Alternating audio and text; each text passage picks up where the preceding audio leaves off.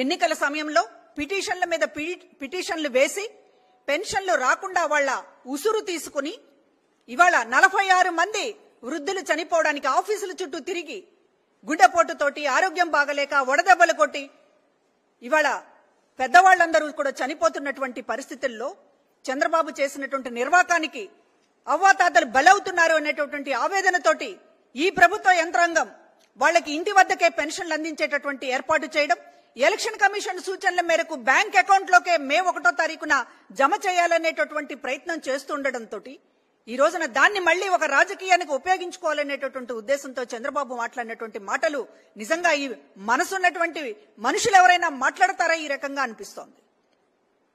అన్యాయం చేసింది మీరు.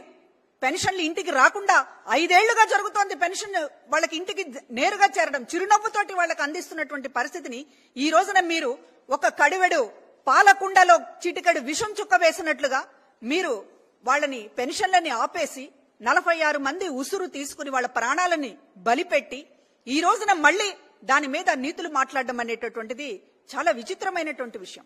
అసలు చంద్రబాబుకి పాప భీతి అనేటటువంటిదే లేదు. అందువల్లనే ఎప్పుడూ కూడా వృద్ధుల మీద కనికరం లేదు. ఆయన ముఖ్యమంత్రిగా ఉన్న సమయంలో కనికరం చూపించలేదు. ఇవాళ జగన్మోహన్ రెడ్డి గారు అవ్వాతాతలకి మంచి చేస్తున్నా కూడా ఓర్చుకోలేక ఇవాళ అవ్వాతాతలకి ఇంత ద్రోహం చేసినటువంటి మనిషి. ఎందుకంటే పెద్దవాళ్లన్నా ముసలి వాళ్లన్నా ఈయనకి పడదు. చంద్రబాబు నాయుడికి ఒక యావగింపు. అందువల్లనే ఈ రోజున ఇంత దుర్మార్గానికి ఒడికట్టాడని అనుకోవాల్సి వస్తుంది. ఎందుకంటే పెద్దలనేటటువంటి గౌరవం ఎందుకు లేదంటున్నామంటే కన్న తల్లిదండ్రులు చనిపోతే అంత్యక్రియలకు ముఖం చాటేసినటువంటిది చంద్రబాబు కాదా? పెద్దవాళ్ల మీద ఏం గౌరవం ఉంది ఈయనకి? అవ్వా తాతలు అని ప్రేమతో పిలుచుకున్నాడు జగన్మోహన్ రెడ్డి గారు. అంతులేనటువంటి ప్రేమతోటి వాళ్ళకి ఇంటికే పెన్షన్ 3000 రూపాయలు ఎక్కడా లేనటువంటి పెన్షన్ ని అందించారు. కానీ ఈ చంద్రబాబుకి కన్న తల్లిదండ్రుల మీద ప్రేమ లేదు.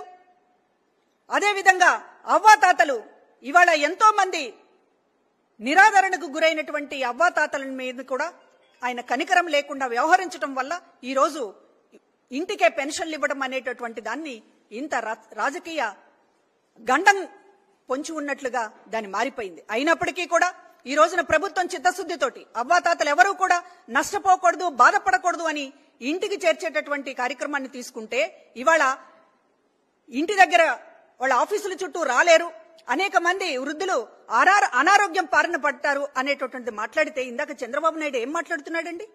వాళ్ళకి ఒంట్లో బాలేదని మీకు తెలుసా? అవ్వాతాతలకి ఒంట్లో బాగుండదు అనేటటువంటి ఒకళ్ళు చెప్పాలా నాయన? తెలీదా? నీకే ఉన్నాయి కదా 73 ఏళ్ళో 74 ఏళ్ళో జైల్లో ఉన్నప్పుడు నువ్వు ఎన్ని రోగాలు చెప్పావు? గుండెపోటు అన్నావు, బీపీ అన్నావు, షుగర్ అన్నావు, ఇంకేదో మాకు తెలియనటువంటి రోగాలన్నీ కూడా డాక్టర్లు చెప్పారే మీకు ఇన్ని రోగాలు ఉన్నాయని.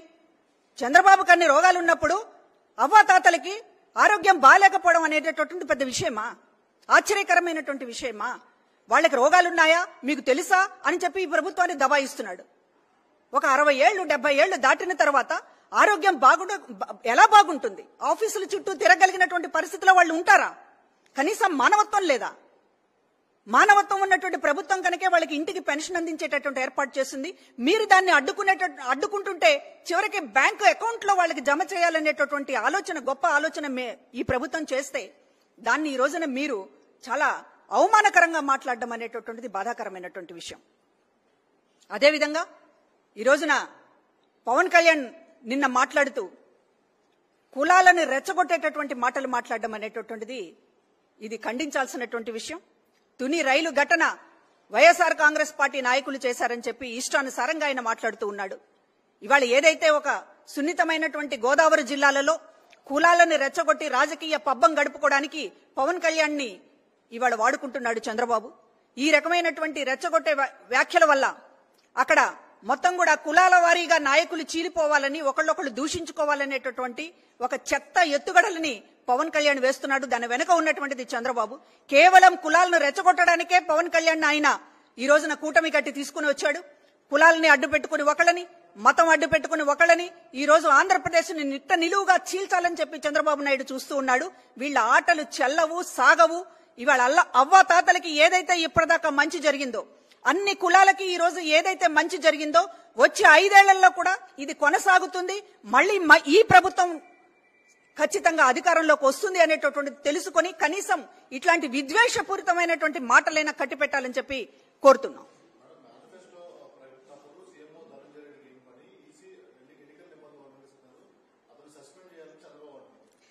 నిజంగా చంద్రబాబుకి కళ్ళు చెవులు ఏమన్నా ఉన్నాయా?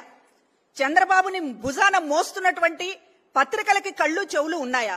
ఆ రోజు ముఖ్యమంత్రి గారు మేనిఫెస్టో ప్రకటిస్తూ మేనిఫెస్టోలో సహకరించినటువంటి అందులో భాగస్వామ్యమైనటువంటి ధనంజయ్ అనేటటువంటి ఆయనకు సంబంధించినటువంటి ఒక ముఖ్యమైనటువంటి వ్యక్తిని హామీలు మనం ఎన్ని అమలు చేశాం? 99% అని చెప్తూ ఉన్నారు. 99% కంటే కూడా ఇంకా ఎక్కువ. ఆ పర్సంటేజ్ కరెక్ట్ గా చెప్పడం కోసం, అడగడం కోసం, తెలుసుకోవడం కోసం ముఖ్యమంత్రి గారు ధనంజయ్ అది 99 ఎంత అని ఒక మాట అన్నారు. దాన్ని పట్టుకొని ఈ రోజున ఆంధ్రజ్యోతి ఒక పెద్ద కథనం, సీఎంఓ కార్యదర్శి ధనంజయ్ రెడ్డి ఎలక్షన్ మేనిఫెస్టోలో పాల్గొన్నాడని చెప్పి దాన్ని ఒక పెద్ద కథనం రాయడం, దాన్ని ఇష్టం వచ్చినట్టు ఈ రోజు కూడా చంద్రబాబు మాట్లాడడం, ఎలక్షన్ కమిషన్ కంప్లైంట్ చేయడం, ఎలక్షన్ కమిషన్ సస్పెండ్ చేయాలని వీళ్ళు కోరడం. చంద్రబాబు లాంటి వాళ్ళకి కనీసం క్రాస్ చెక్ చేసుకోవాలి. ఒక విషయాన్ని ధనంజయ్ పేరు అంటే మీకు పేర్లు కూడా హడలేనా? పేర్లు విన్నా హడలే, నీడలు చూసినా హడలే, వైఎస్ఆర్ కాంగ్రెస్ పార్టీ జెండా చూసినా భయమే, వైఎస్ఆర్ కాంగ్రెస్ పార్టీ జగన్మోహన్ రెడ్డి గారి నీడను చూసినా భయమే. ఎవరో పేరు చెప్తే ఎవరో అనుకుని ఇష్టం వచ్చినట్టు మాట్లాడితే ఇంక మీ రాజకీయం ఏంటండి? అంటే కళ్ళకి గంతలు కట్టుకుని ఏమన్నా రాజకీయం చేస్తున్నారా మీరు? కనీసం ఎవరిని అన్నారు అనేటటువంటిది కూడా తెలుసుకోకుండా ఎలక్షన్ కమిషన్ సస్పెండ్ చేయాలనేటటువంటి స్థాయిలోకి, అంటే నిలువెల్లా విషం, నిలువెల్లా ద్వేషం నింపుకున్నటువంటి వాళ్ళకి ప్రతిదీ తప్పుగానే కనపడుతుంది.